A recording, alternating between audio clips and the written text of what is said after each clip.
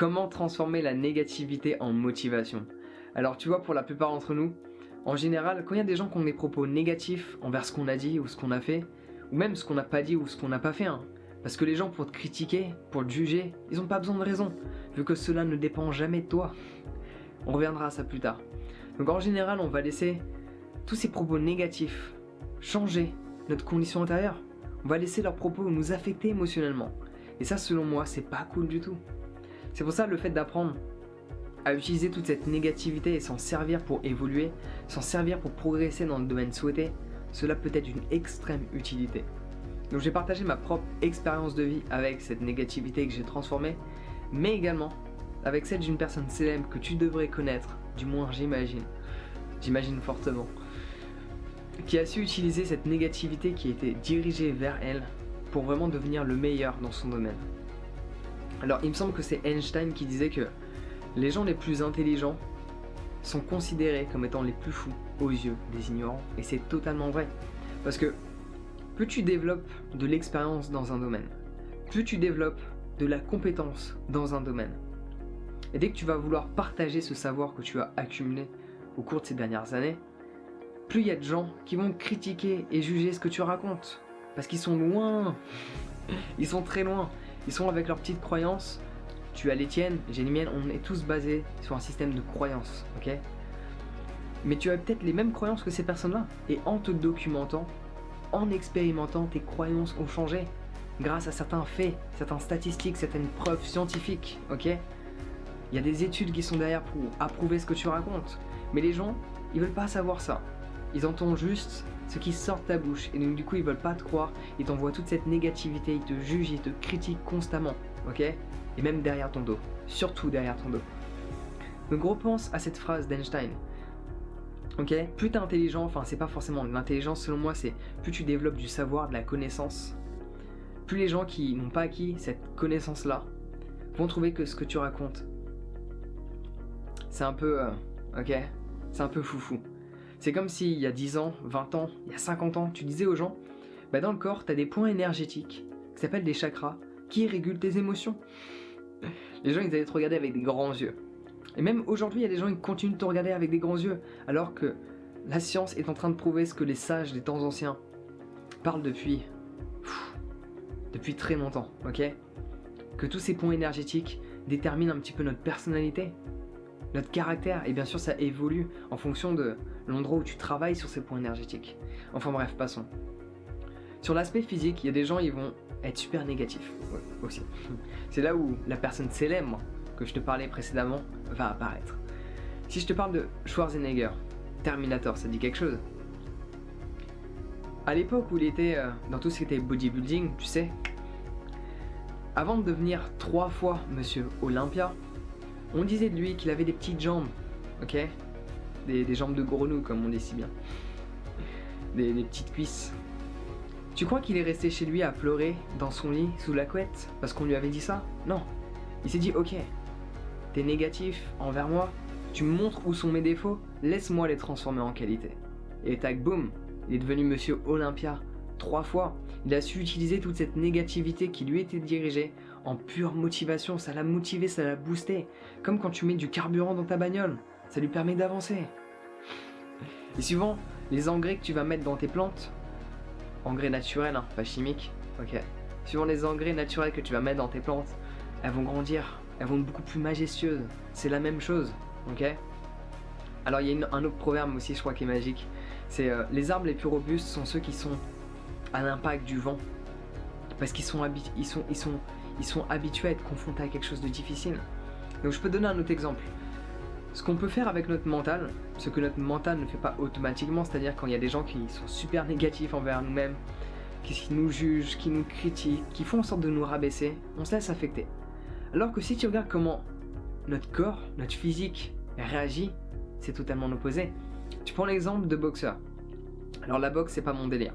Je vais regarder quand même un match tous les 6 mois, tous les 1 an éventuellement. Faut que ça en vaille la peine, ok.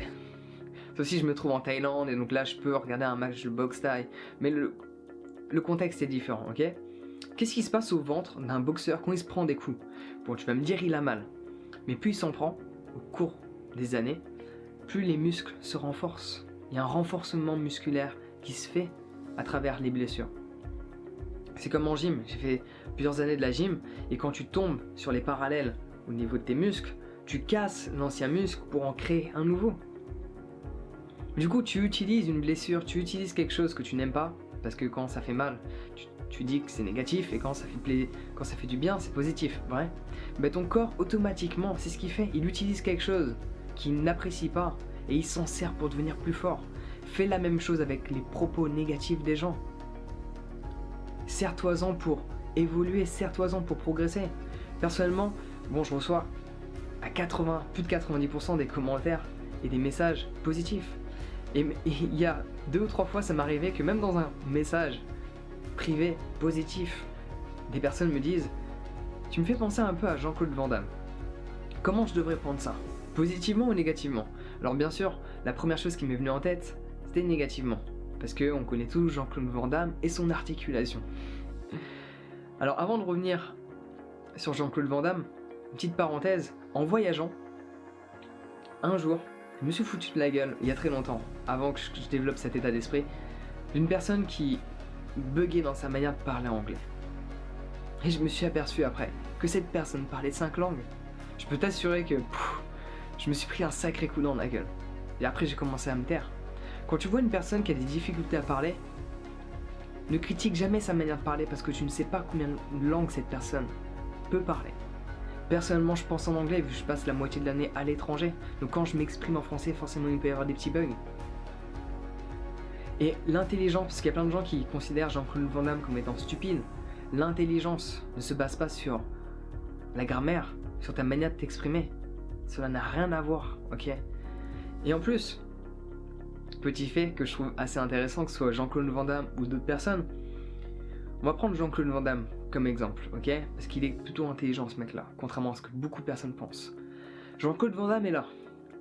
Où sont les gens qui critiquent le plus Jean-Claude Van Damme? Est-ce qu'ils sont là, d'après toi?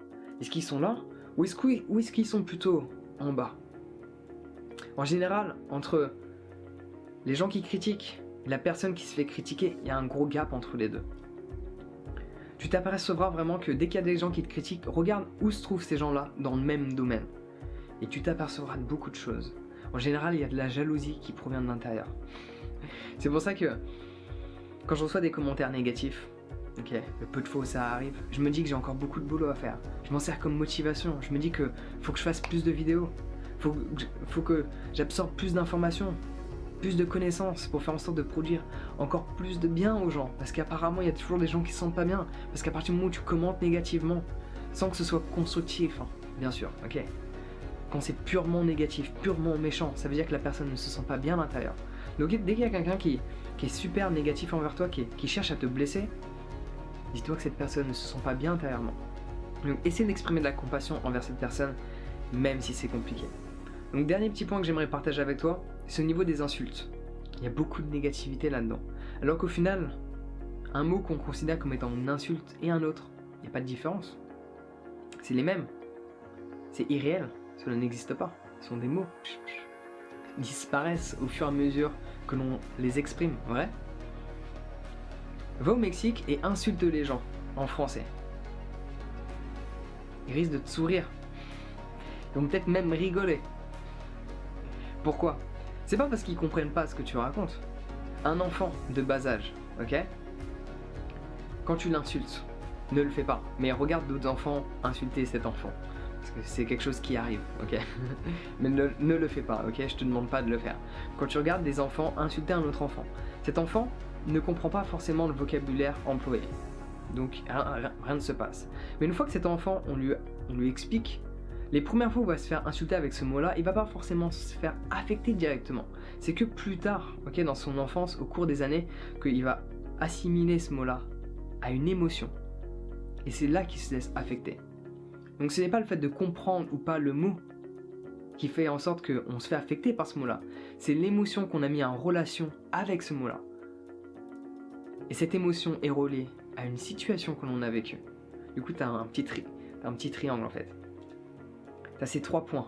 Le mot, l'émotion et la situation. Donc, en changeant l'émotion que tu as reliée à ce mot-là, tu changes la manière dont tu interprètes le mot, et donc du coup tu changes la manière dont tu te sens, et tu vas plus te laisser affecter parce que les gens ils disent.